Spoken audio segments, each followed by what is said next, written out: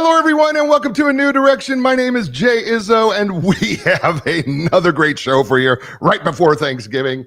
I hope you're thankful for a lot of things. There's a lot of things to be thankful for, and we should be thankful. By the way, I believe in gratitude is the way to start our day. And so, you know what? Start your day with gratitude. I encourage you, something I learned several years ago from Rabbi Daniel Lapin, who wrote a book, I think it's called Business Success Secrets from the Bible. And he said, he made a challenge as I listened to his book. He said, write down between 5 and 10 things first thing when you wake up in the morning that you're grateful for. And he said, I challenge you to do it for 30 days and see if it doesn't change your life. And can I tell you something? He was right. I did. And it from 30 days, it went to 60 days, from 60 days to 6 months, from 6 months now going on years of writing down 7 things that I'm grateful for every day.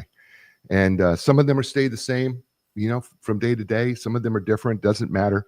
Here's the truth, folks, about gratitude. If you write something down first thing in the morning, it's a way to start your brain in the right way. It's a way to get your day going. Most of us wake up listening to the news and putting negativity into our body and into our mind versus, you know what, saying everything that I have to be grateful for. And when we do that, we start to realign. As a psychological professional, we start to realign our brain because gratitude does that. It just realigns how we think and how we go about our day. And here's the beautiful thing. No matter what happens to your day, if you have a journal of writing 5 to 10 things down of gratitudes every day, you can go back through that journal and look at any day. And you know what you're going to find? Regardless of what happened to you, you're still going to be grateful for those things. They just don't change. And that is the beautiful thing about gratitude. Gratitude always stays the same. And so I am grateful for you. We've been doing this for almost 7 years now. And I am grateful for all of you who watch on DBTV, who listen to us coast to coast on AM FM 24/7, and who listen to my podcast. I appreciate you so much for doing that. We have a great book. I always tell you, you know what? I have a great author. I have a great book. It makes my job easy. I have a great show, right? And this is no exception. The book is entitled 10 Publishing Myths by W. Terry Whalin, forwarded by Jerry Jenkins. Here's the thing I get from a lot of you who talk to me and they say, Jay, or Coach Jay, you know, someone will say, I've always wanted to write a book, right? And, you know, I get it because I've done it. Terry's done it, right? And it's not easy. If I were to tell you what writing a book like from my perspective, it would be, there were a lot of days I stared at a screen on my laptop and nothing came out of my fingers for hours and just didn't happen. And I had to walk away from it till something hit and it came back, and you're trying to self-edit. And I remember my editor, Suzanne, was amazing. She would say to me, stop self-editing, just write. I don't care, just write. Let me do some editing for you. And I remember taking that advice seriously and relying on her, and then going back and forth until we got it to sound and look right. And but still, I would stare at blank screens. Publishing is not easy. And here's the other thing that I learned in the process of publishing books is that there is so much more that I don't know. And even as much as I do know now, there's so much that I still don't know about publishing books. And the fact of the matter is, neither do most of you who want to do a book. And there's a lot of myths out there. You're going to have a lot of people tell you a lot of things. We have all these self-publishing tools available to us now, right? I mean, we've got Create Space, which is basically free for us to do. But then what they don't tell you is that's about it. You get to publish for free. That's it. Outside of that, you're pretty much done. Right? They don't tell you that, because you all have dreams like I did. I wrote my first book. This thing's going to be a bestseller. This thing is going to be amazing. I'm going to be all over the place. People are going to buy my book. I am going to be such a popular author that people are going to be clamoring. They're going to be going to Barnes and Noble and they're going to be begging for the book, and the books are going to be flying off the shelf. And no, it's not really the way it works. And so what I felt when this book came across, when Terry sent me this book and it came across my look, and I read it and all the way through, I actually went through it a couple times, because every myth is absolutely true and you need to know them. It's not that we're trying to discourage you from writing a book. That's not what we're trying to do. But what we want you to do is we want you to have a realistic view of what you're going to face when you try to publish a book. And I wish I had this book before I wrote my first book, because I would have done a lot differently and I saved a lot of money. I'm just going to tell you that right now. It saved me a lot of money that I'm never going to get back. Maybe someday I will. I shouldn't say that. Maybe someday I will. But this is a great book. We're going to talk to him in just a minute here. Before we do that, let's do a quick check-in. 4-part people: physical, mental, emotional, spiritual. You know the drill. We rate ourselves in each one of these areas from a scale of 1 to 10, 1 being 10 being can't get any better, 5 being average. So physically, how do you think you're doing? Eating right, getting enough exercise, drinking enough water, getting enough sleep. What do you think your score is? Don't worry about what the number is, right? Because here's the deal. If you're a 2 today, how do we get to a 2.5? Not to a 10. What can we do to change it? It's your starting point, right? It's not an ending point. It's where we start from. So that's your first number, right? Physically. Mentally, right? We've got to grow in wisdom, knowledge, and understanding, right? We got to be, how do we do that? Well, reading a book is a great way to do that, right? You could sit on this book all day long. Fact of the matter is, you're not going to get it via osmosis. You're going to have to actually be an active participant in your learning, your growth, your knowledge, and your understanding and wisdom. And you have to be a participant in that. And there's a number of ways you could do that. I tell my clients, if you're going to listen to a book, write 1 or 2 things down that you heard as you were driving down when you stop, and then take action on it, because it's not enough just to learn it. You got to take action on what we've learned. So on a scale of 1 to 10, how would you say you're doing there? That's your second number. Third number is the emotional number. Break it down simply as this. How well can you control your emotions under stress and pressure? It's the holiday season. We're supposed to be all smiling and happy and everything like that, until you're in a hurry and somebody's taking their time. How well are you able to control your emotions under those circumstances? Or when the person cuts you off or takes your parking spot at the local mall, how well are you able to maintain self-control of your emotions? And then the second part is, and maybe I think equally important, how well are you able to really tap into and understand the emotions of another human being? How willing are you to stop and not worry about your agenda and actually listen and tap into what another human being is saying to you? How are you able to do that? Do you have the vocational, the vocabulary to do that, the emotional vocabulary to do that? What score would you give yourself there? And then finally, the spiritual. I know many of you say, well, I'm not spiritual. We're all spiritual beings. We're all spiritual beings in a physical body. Truth be told, the fact of the matter is, if you remove the physical, the mental, and the emotional, what we have left is spiritual, and we connect on that level. The fact of the matter is, we can be miles apart, and we could still be connected with each other. And we all live by faith. You can't deny it. You pushed the button in your car believing it was going to start. You drank your coffee believing it wasn't poisonous. You saw the walk sign on the crosswalk, and you walked believing that you weren't going to get hit by traffic. Right? We walk by, we made plans for the future, believing they're going to happen. We all live by faith. To deny that's silly, because we all do. And then what brings you back to centeredness in the midst of chaos or peace? Is it God? Is it nature? Is it meditation? Is it something else? And the big question is, how's it working for you?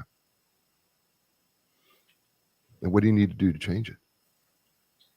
Right? So what score would you give yourself on that? Those 4 areas, like the air and the tires of your car. If one tire is too low, what happens?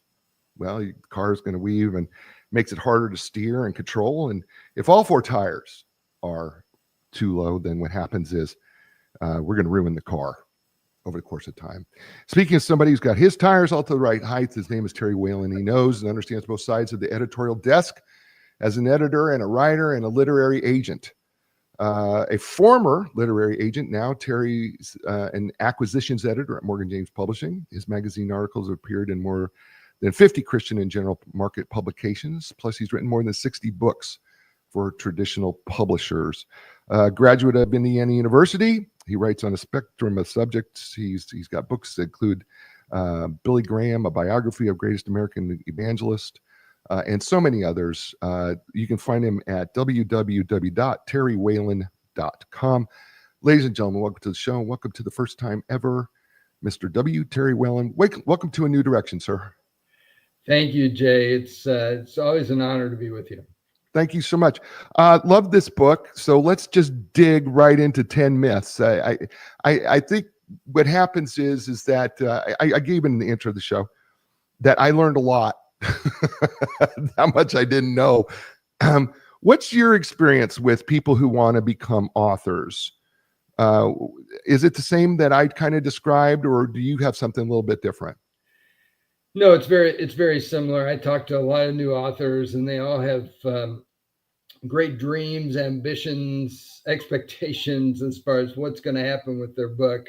Um, the reason I wrote this book, though, is because I find many of them uh, aren't very realistic as far as what's going to happen, and what they really don't understand, and that I know about publishing, is a lot of it's totally outside of the realm of anything we can control ourselves. Absolutely. So we just can't control everything, even if we self-publish. So what I tried to do in this book was give that perspective, so that authors know that there are some things they can do, rather than just shrug it and say, well, I guess it's just to the fates what's going to happen with me. Yeah, well, we don't want to leave. Trust me, we do not want to leave it up to the fates. Is what we don't want to do. I can tell you that. So let's dig into the first myth, because this is one that I'm not going to even begin to lie about this. I thought this myth. When you write your first book and you think you have a great idea, you think it's novel and it's a novel approach, and it was. I mean, it was a pretty novel approach, and but I had this dream that I'm going to make a lot of money from writing my book. That's just not true, is it? No, it's really not. I find a lot of authors just have totally unrealistic expectations as far as what's going to happen. They don't realize that they have to do something, as well as the publisher, in order to be able to make something happen on this financial end of thing. My experience, Jay, was in 2007, Mark Victor Hansen, the co-author of Chicken Soup for the Soul, invited me to Mega Book Marketing University out in Los Angeles. I was a literary agent back then. I was running a little literary agency and went out there to take pitches, which I did from people. But I also sat there with 400 other people and listened to the different speakers. And one of the speakers during this session was Jack Canfield, who's written this book called The Success Principles. And at that point in my life, I'd written about 50 books for traditional publishers. I got advances. And publishers, when you get an advance, they send you a statement once a year, quarterly, whatever it is. And I was looking at my statements, and all mine were in the negative category. I wasn't making any money. And so I sat there listening to Jack Canfield talk about success. And the very first success principle says that I will take 100% responsibility for my own success. Yep. And, none of us really want to take 100% responsibility for our own success. We want somebody else to do it. We want some publisher, some agent, some marketing person, somebody other than us. And during that conference, it was almost like I was asleep and I woke up, because I realized how little I was actually doing myself to promote my own book. I mean, I had a terrywhalin.com website that you mentioned, but that's about it. That's all I was doing. And so publishers were making pretty books. They were getting them in the bookstore. But I've kind of learned the hard way that if that author isn't doing something, then those books get returned to the publisher and destroyed. They don't really move into people's hands. No. So I decided at that event that I was going to change. I was going to do something different and actually start doing something to tell people about my book. So I started a blog back then. My little blog on the writing life now has over 1,700 entries in it. About a year ago, I found an article that had my name in it. It talked about how there's over 600 million blogs out there, but I was listed as one of the top 27 content producers out there, along with Seth Godin and Ryan Holiday and Jeff Goins. I wondered how in the world my name got in there, but it's because I have this huge volume of stuff and I write it every week and get it out there. And it's just something I'm doing to encourage other people, but also to remind people that, hey, I have some books out there. And if they want my books, here's how they get them, type thing. I found it interesting, and I knew this much later, that there's like 1 million manuscripts and proposals circulated to different offices and everything. And you're right.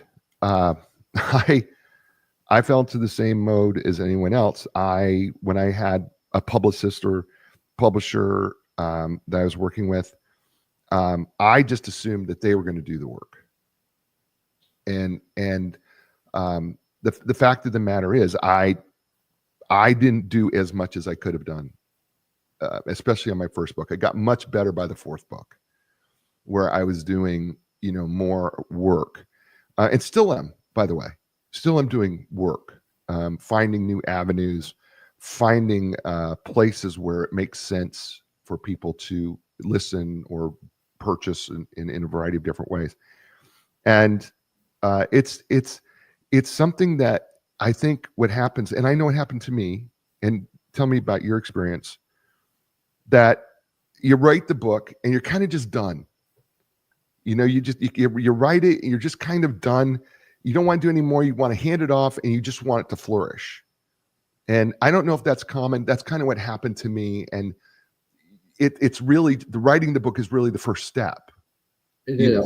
Right? It is. I think it's very common. I mean, they've surveyed the personalities of writers, and most of us are introverts. I don't really often people wouldn't categorize me as an introvert, but I am. I'd rather sit in a corner and read a book than stand up in front of people and talk. But I think, yeah, you're right. Once we finish the book, we figure that's good. Let's go on to the next book. Right. But the reality is, you as an author have to be telling people about your book, and they have to hear about it maybe a dozen times before they actually say, "Oh, I think you should buy that book." Yeah, right. It takes a while for them to get that. So that's why publishers, for example, are very interested in your social media numbers. It's like, well, am I really going to sell books through social media? Well, not really. But on the other hand, that exposure over and over that your book is out there and why in the world somebody should be interested in the benefits of your book, that's a good message to give to people over and over. It is. And, I fortunately, my first book was written on social media, the psychology of social media and how to use it for, how to leverage it for businesses. And so I was active in social media, very, very active. And I didn't have a huge following, but I mean, I was decent following for somebody like me. And I was in every social media platform. It's a lot of work. It is. You can't just do it, for 5 minutes a day and think you're done. It's constant. It was the constant posting and then finding creative ways and then not ticking people off because, they want to talk about your personal life and certain avenues. They don't want to talk about business. And here you're trying to bridge that business gap to make that happen. It was a delicate balance depending on which platform you're on, but it's not easy. It's just not easy to do. And here's something in this chapter that you talk about, and I'm so glad that you did, because people who, if you get your book into a bookstore, by the way, if you get your book into a bookstore, you're going to say this too. What people don't know is that all books in bookstores are on consignment. You wrote that chapter 1. Explain that to people, because I didn't get it. I thought once the bookstore bought it, man, that was cash in my pocket, but that's not true, is it? No, it's a crazy practice. basically during the Great Depression in this country, bookstore owners came to publishers and said, "Oh, we can't take all the risk on these books. We have to have the right to return them for the lifetime of the book." Mm-hmm. So the true story, you're like you say, all those books in your local bookstore, they're on consignment. When you go in your local Barnes and Nobles and see all these hardcover books that are in the doorway and all and the bargain section, the true story on those books is they're getting ready to be boxed up and returned to their publisher. And so, yeah, it's a crazy practice, and there's nothing really that any publisher can do about that. If you want to get your book in the bookstore, they have to be returnable for the lifetime of the book, so Yep. they can keep that book for months and months and months. Yep. And then it goes back. Yeah, and not only does it go back, it doesn't always come back in the same condition you sent it. No, I understand from Simon Schuster they destroy them. They even have a machine that blows them up and makes confetti out of them. So No, it's true. I have a fulfillment house out in New York that fulfills all my orders for bookstores and everything, right? And when they come back, they just destroy them because they're just not in good shape when they come back. And so, she calls me on the phone and says, like, you know what, I've got 50 or 100 books that came back and they're just awful. I said, let's just make an agreement, just destroy them, because otherwise they're going to charge me, store it, because that's the other thing people don't know. You got to store your book somewhere, right? Whether it's a truly crazy practice in the book business that a lot of people don't even know about. I mean, with the pandemic, you can imagine, Jay, bookstores closed, distribution houses closed, all kinds of crazy things happen. I mean, at Morgan James, where I worked, I've been there 12 years, we had 175,000 returns. That was like $2.5 million of books that came back. I get it. And so you talk about a big financial hit. I mean, we really had one, but the good news is that somewhere, I didn't have anything to do with it, but at least the leadership of the company figured out how in the world to survive with all that. And we're still going strong. That's awesome. His name, we're gonna be moving on. His name is W. Terry Whalin. The book entitled 10 Publishing Myths. Folks, do yourself a favor. If you're interested in writing a book and you want to get it out there, this is a must read. It's not long, folks. This is not a long read. This is not a difficult read, but it is a straightforward, fact-filled, you know what? Just wake up, because here's the reality read of what's going to happen when you try to publish a book. I found it not only delightful, I found it insightful. I also found it to be so true and consistent with my experience in the 4 books that I've published. So get yourself a copy. Amazon, just wherever books. So go to terrywhalin.com. You can get it there too. Doesn't matter. Just ask for it anywhere you're at, and they'll get it. They'll find a way to get to you. It's awesome. You're listening. I've got this special offer, Jay, where people can get it if they go to publishingoffer.com. That takes them to a place where they can get the book from me for $10, including the shipping, along with over $200 worth of bonuses. So publishingoffer.com takes you right there. So is it publishing offer or author? Offer. Publishing offer, OFFER.com. Okay, publishing offer. Did you hear that, folks? Publishing offer, OFFER.com. Tell you what, $10, shipping, handling, bonus materials, all there. Maybe in the 11th myth. Is the 11th myth there? The 11th myth is over at terrylinks.com/11th myth. Yeah. And when I put the book together, Jay, Alice Kreider, one of my endorsers, said, "Terry, you're missing the 11th myth." Yeah. I'm like, "Oh, that's cool. What would the 11th myth be?" And she said, "Oh, the 11th myth should be that if I send my book to Oprah, she'll book me on her show." And I'm like, "Well, yeah, that's a really good myth." So I decided to write that chapter. Yeah. And we designed it to look exactly like the rest of the book. And then I give that away free. And it does. It looks exactly like the book. I've read it. And let me just tell you this. I never got on with Oprah. Ever. Not once. I never have either. You're listening to Terry Whalin right here on A New Direction. Hey, folks, you know what? Linda Craft Team Realtors is our longtime sponsor. They help people transition in life. And I know you're saying, well, the real estate people, how do they help people transition? Well, if you think about it, every place you've ever lived has been a life transition. They know how to take the stress out of that process of purchasing and buying and selling a home.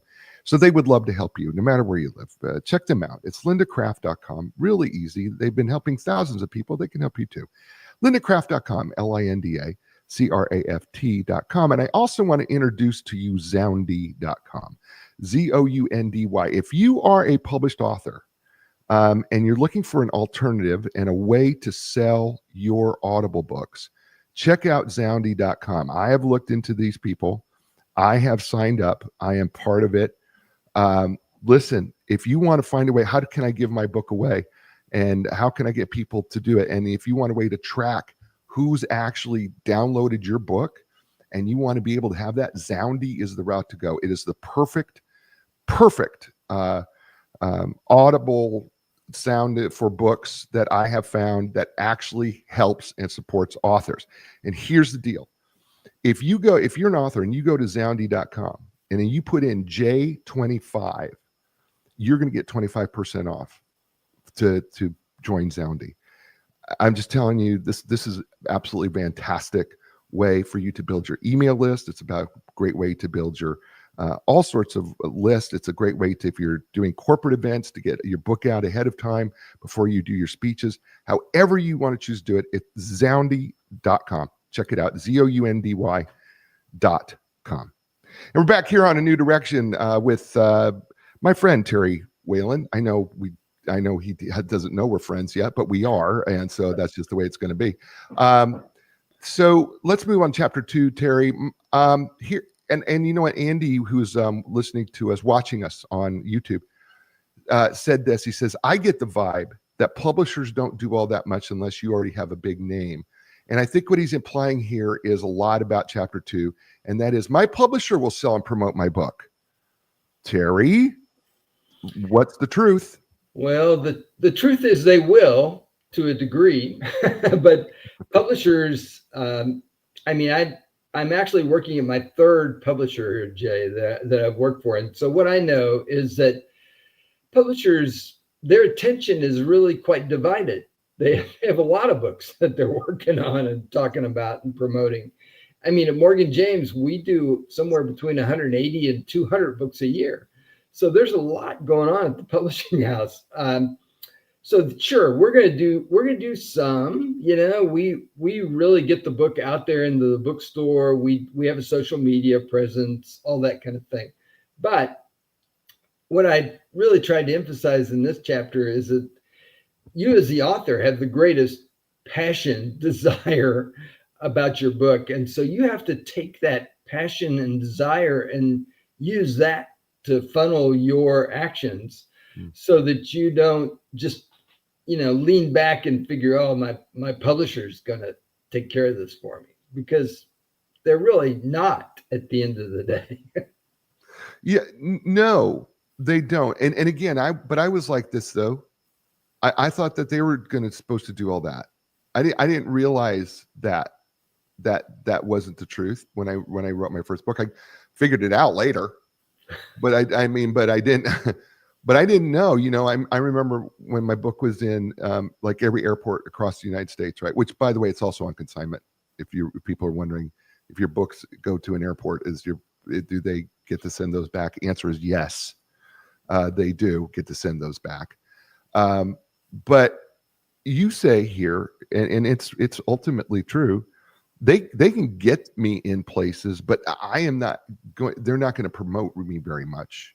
The fact of the matter is, I would be traveling and I would stop in an airport bookstore and I would find my book on the shelf and I would sign some of the books while I was there. Right, is what I would do, and no matter where I was traveling, and then I would tell people, check to see if my book. I'd be on social media saying, check to see if my book is in the airport, and would you take a picture of it and post it to the social media and tag me in it, right? So those are the ways that I was trying to utilize the social media piece of that to do that. Well, people don't understand is that that was up to me. The publisher's not doing that. Right. I mean, it really was. And you say something here. You say, the key truth about publishers know how to make beautiful books and get them at the bookstores. Yet these actions are only part of the process. Go ahead. I'll let you explain. Yeah. The second part of the process is that you as an author have to show the reader that he can get your book and get them to that bookstore to buy it, so that it actually is a real true sale and it goes out the door. There's a lot of details, Jay, with the whole publishing business that if they're not done right, it can really throw a wrench in it. So I got a book the other day from a major New York publishing house, and I looked at the back of the book, and the barcode on the book wasn't done right.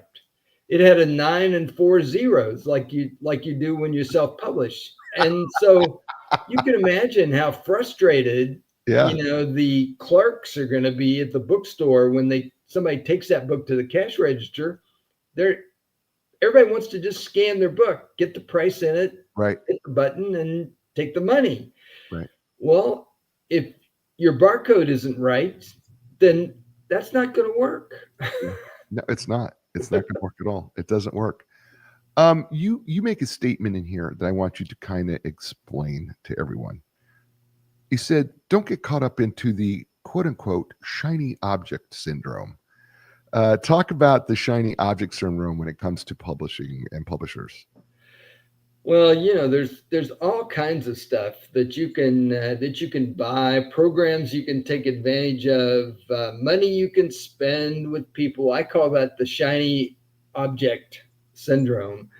I mean, I had one of my authors, even at Morgan James, she's a psychologist, counselor here in Southern California where I am. And when I signed her up for her next book, she told me, she said, Terry, I spent $50,000 on promoting my book last month, or not last year, not last month, last year, for a whole year, $50,000. She says, I don't think I got that kind of return. I'm like, well, you probably shouldn't be doing that anymore, is what I told her. I mean, it's pretty easy to figure out. I mean, most of these PR firms will charge, $3,000 to $5,000 a month. Yep. To promote your book. And don't get me wrong. I mean, they offer great services. They really do book you on shows, all that kind of stuff. Yep. But the main thing that they do is they send you a bill. The only guarantee they're going to give you is to send you a bill every month. Right. And so if you're not making $50,000 a year from that effort, don't do it. Don't get caught up in the shiny object part of it, It's so easy to do. I'm just telling you, it is so easy to do. And you didn't talk about it, but not all publicists are created equal. It's true. I learned that very quick because I fired my first one. And because I had to. I was put on they booked me on a little town radio station in the middle of nowhere that had about maybe 4 listeners, and none of them were in my target market. No, none of the 4 were in my target market. And I was like, okay, and I was paying a lot of money for them to do that. And I had to fire them because of it, because I was like, oh, well, this isn't even my target audience. Because that's the thing, your publicist should know who your target audience is, so that what they do is they can, if we do our book right, we've done a business plan for our book about who our target audience is, et cetera, so forth. And so when you do that, you want to be on radio or TV shows that are actually consistent with that target market, or at least have a good percentage of that. When you're on a farming channel in North Dakota, and you write a book about social media and business, that's not the right market for me. And that immediately frustrated me. So it's just a thing of caution, is that everything can sound good, but you need to go through that. I mean, was I right? No, you're exactly right. And whatever member of your team is, what I would say, Jay, is you really want to check that person out and make sure that that's the right fit for you. I mean, I've worked with a lot of litter agents through the years. I've fired some of them, because they haven't really served me at the end of the day. You ask them who rejected my book. They said, "Oh, everybody rejected." I'm like, who's everybody? They said, "Oh, we sent this out all over the place and it got rejected." I'm like, well, okay, where are the rejections? Show me some of these people that actually passed on this. Right. Didn't have anything. So I don't think this guy even did what he said he did. So I fired him. I mean, don't be so locked into some of these people that you buy into their reputation and you think they're really fantastic. So you were really lucky to have been with them. Well, you're not lucky if they're not serving you or helping you. So get them and get somebody else that can. Yeah, you got to find a way to move on. I want to just point out to people that in this book, by the way, he has at the end of each chapter a call to action. I think you actually call it what is it called? You don't say you call it. I have an MBA, myth busting action. That it is, myth busting action. It's myth busting action. And in this chapter, it's something that I did not do when I wrote my first book, but I know the value of it now. Create your own email list and giveaway is the call to action here for that chapter. Talk about that a little bit, please. Yeah, back to the shiny object thing we were talking about. There's a lot of these things that you can chase. I mean, I talk to authors and they say, well, I built my list on Facebook, or I built my list on X or LinkedIn or whatever. Well, the problem with those places is they're rented platforms. I mean, I don't control LinkedIn. I have a lot of connections over there, but that doesn't mean I have anything to do with how LinkedIn works. Right. I could get kicked off of there tomorrow. Right. So what I encourage authors to do is to start their own email list, their own blog, their own thing that they have charge over and can control. Nobody else is going to do that for you. You've got to do that as an author. Yeah. This is again, when I started, it wasn't something I knew, and I had to learn it along the way, and it was very costly. I'm not even about to lie about that. It was very costly. Had I known going in what it was going to take, I would have done a different plan, but I didn't know for sure. You know what? We're going to take a break here before we jump into myth number 3, and I'll tell you why. Because I don't want to break it up because we're just on the edge. So here's what I'm going to do. We're going to take a quick break, because we got to pay bills, right? Because we just have to do that here. The book is entitled 10 Publishing Myths. W. Terry Whalin, absolutely fabulous book, folks. Please do yourself a favor. If you know of anybody, including yourself, that's interested in writing a book and they've always wanted to, this book is going to help you do the right thing. I'm just trust me on this. I have messed it up. I know how to do that one. I know how to mess it up and learn the hard way. This book is trying to help you avoid the mistakes. Okay. That's what he's really doing. And he's doing you a huge favor by what he puts power packs in this book. So get yourself a copy of 10 Publishing Myths. Insights Every Author Needs to Succeed is the book. You're listening to Terry Whalin and me here on A New Direction. Hey, folks, Linda Craft Team Realtors, I wanted to talk about their website, lindacraft.com, because here's the deal. I think it's the most comprehensive real estate website that I've ever seen. Yes, it has listings that you can buy. Yes, you walk through houses and do everything you can do. But here's some other things that they do that you don't think about. Do you know how to move with kids? Well, they had a psychologist write on the website, How to Move with Kids. They've had veterinarians write about moving with pets.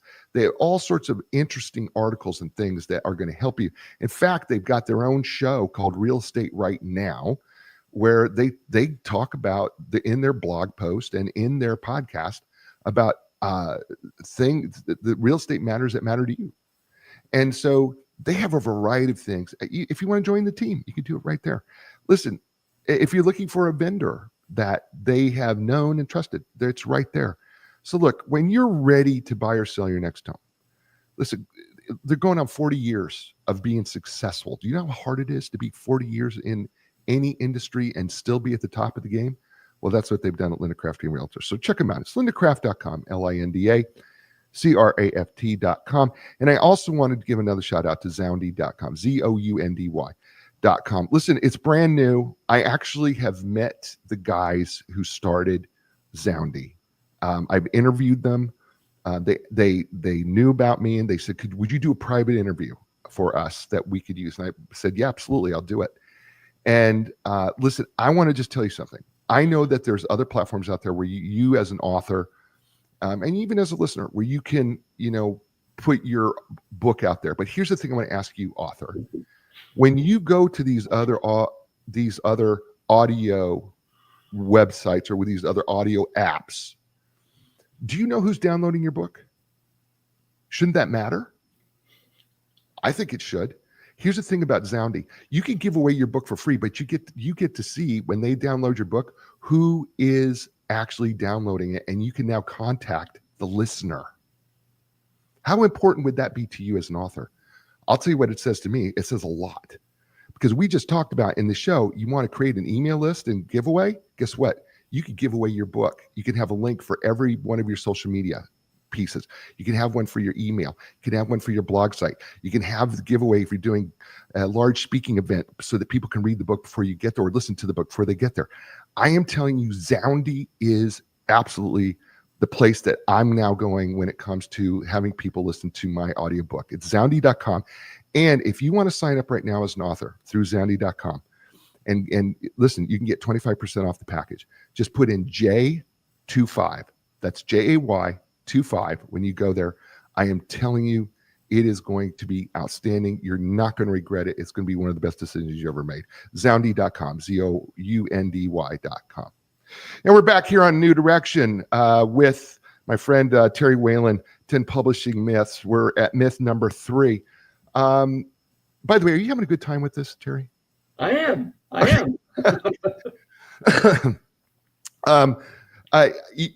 Yeah. So I'm loving this. This is a lot of fun for me. So sadly, it's also a little bit of PTSD because I'm also revisiting some of the horror stories of my own that I did too. Here's number 3. Writing a book will make me famous. No, not going to make me famous. What are you saying, Terry? Well, there are moments of fame, I guess I would say, but no, it's not going to make you famous. I mean, I walk through airports and people don't even know who I am, or go to events and people don't know who I am, and that's okay. That's kind of the way it works out there. So there's not fame attached with it usually, unless you reach the top, right, very top percentage of people that are writing books out there. I'm going to ask you this question.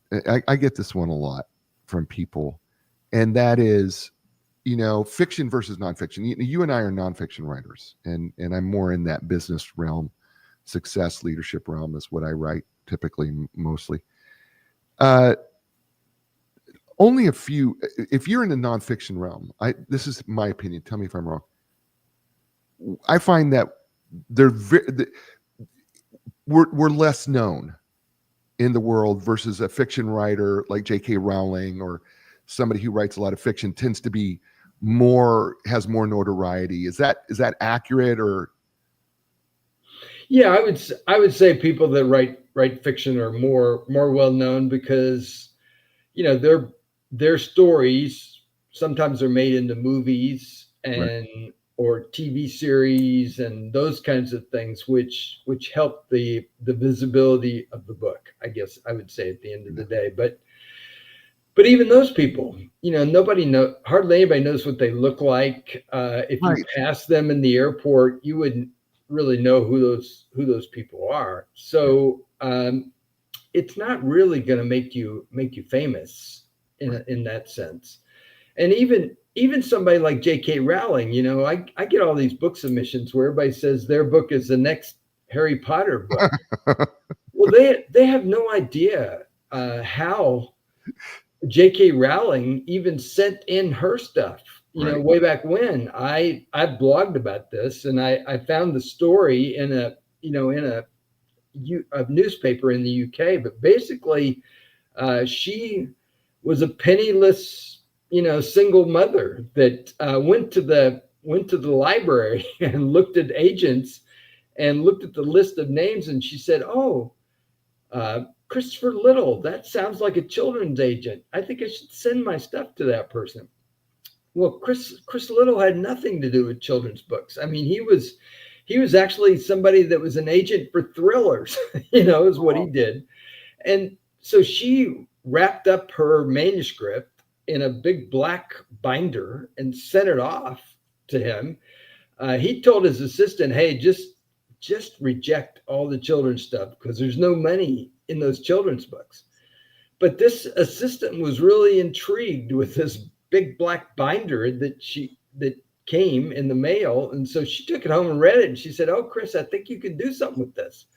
And so he did. He sold it to a small UK press for, I don't know, they got a small advance doing that. And then that UK press turned and sold it to Scholastic for a huge bit of money. And Harry Potter took off, and the rest is history. But everybody forgets how these people started. I mean, it's hard, even for them. Those first days were really hard for them. And isn't it interesting something that you said? It wasn't the CEO of the publishing company who influenced the decision. It was actually his assistant or his administrative assistant who did the influencing. You don't know, and I think this is another thing, is you don't know who has real influence in what you write, right? And I think it rolls into, one of the myths of, I'm a first-time author, I'm never going to get published, right? Because you just don't know what connects, right? Is that accurate? Yeah, no, that's really true. And that's what I encourage people to do, is to, value every person that you meet along the way, because you never know Right. what that connection is going to do. I mean, I was at a big book convention years ago, and I met some brand new publicist. Well, when I came back the next year, she was the vice president of publicity for that particular company. So, I mean, these things change all the time. So foster those connections, gain those connections, because you never know where they're going to lead you at the end of the day. Yeah, and you talk about here in number 4, beginning writers have no chance to get published, that Morgan James itself gets like 5,000 submissions a year. And out of that number, only 150 get published. That's right.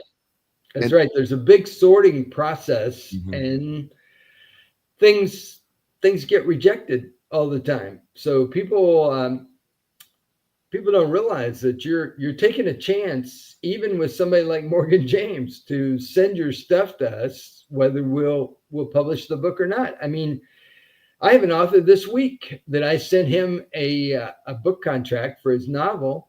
He actually submitted that to me a year ago, Jay, and Wow. I slipped. I didn't process it. So I came back to another pitch session, and he was there.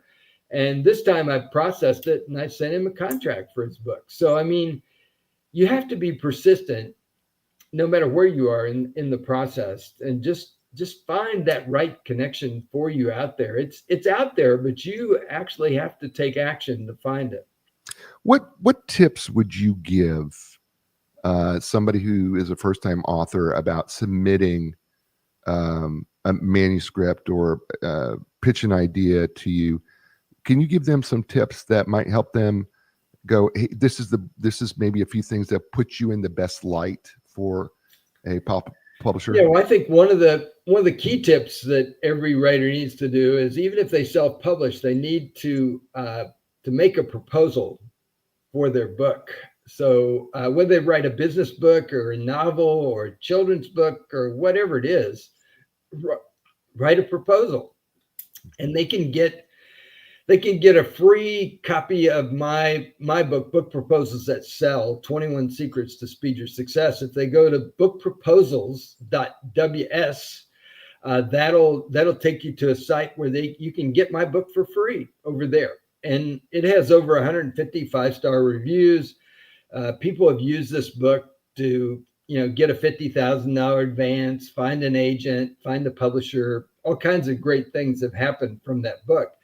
But the key tip here is to invest the energy and the effort to make this proposal or this pitch, because that's going to be a critical element for the editor or the agent to look at and say, oh, I think I ought to call this author. I think I ought to really get a hold of them and explore this more. This is something that could be a really big book, because there are thousands of these submissions that are out there, and you have to figure out some way or another to stand out from the crowd. And one of the ways is by crafting that proposal. Another key way that you can stand out is by getting yourself to a writer's conference. Now, I know there's investment to travel to these things, to pay the registration fees, all those kinds of stuff. But what I found from being in this business for years is it's who you know as much as what you know. So you're going to meet somebody at that event that's going to be very important to you. Come prepared, come with your business cards that you swap and all that kind of stuff. But you could be drinking coffee or sitting around late at night with somebody, and that person could be the person that's really going to help you move you to a different level. And it's like selling real estate, like you're talking about there, Jay. You only need one, you only need one person to do that, but you've got to find that person that's going to be the champion for your book and help you get it out there in the way that you need to get it out there. Yeah, I think that's the thing that we miss is it takes one person, and you just can't quit. There's a perseverance to this, right? Because that's what I found.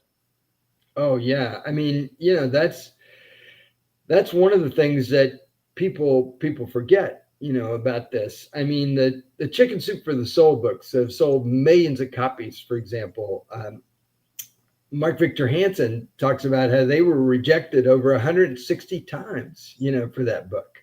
People forget that, they went through a lot of grief in order to be able to persevere and find somebody that was going to publish that book. And that's the kind of work that you have to do as an author. We've done an hour. It's gone so fast. I can't speak for you, but it's gone fast for me. So much fun. I've really enjoyed this. We only got through a few of these, but the book is outstanding. Again, if you're listening, watching, remember 10 Publishing Myths, Insights Every Author Needs to Succeed, available everywhere.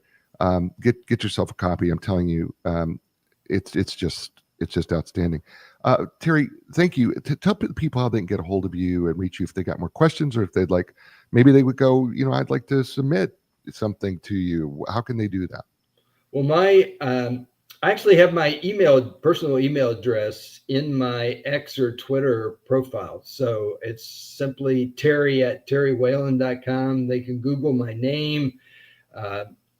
I really do want people to go to publishingoffer.com to get this book for $10. That's another way they can get a hold of me. But people tell me all the time, Jay, that I'm one of the most accessible people in publishing. I'm easy to reach. A lot of these editors and agents, you really can't reach these people. I mean, they're really hard to get a hold of, hard to get them on the phone, hard to get an email back from them, all those kinds of things. I try to be on the other extreme where I'm easy to get a hold of, and I do respond to my email and my phone calls and stuff. Well, this has been awesome. Terry, will you stay with me for just a second here, please? Sure. All right. Hey, folks, this is the show. You know what I say to you every week, and it's this. You're in control of three things in your life: your attitude, your effort, and your resiliency. The fact of the matter is life is not always fair. It's not always going to give you what you want. But you know what? You can't control your attitude. Never told you it was going to be easy, but you have a choice of having a positive attitude. Take control of that. And your effort's tied to your excellence. And you know what? We all have what we have any given day. How excellent do you want to be today? That's your effort. And you know what? We all do get punched in the mouth or in the gut sometimes, and we get knocked down. But it's up to you to get back up. And it's important that you get back up. And you want to know why? Because you're worth it, and we need you on the team. I'll be back next week with another great guest, another great book. It makes it an automatic great show, which makes it easy on me. As I say to you this, it is that you had a lot of choices. You chose us. I thank you for that. Give us a thumbs up on YouTube, wherever you're listening, watching the show. Give us a 5-star review and write us a little something that what you enjoyed about the show. And you know, I say to you all over the world, and I thank you, world, in 112 countries all over the world. Thank you so much for listening. And that is ciao, everybody.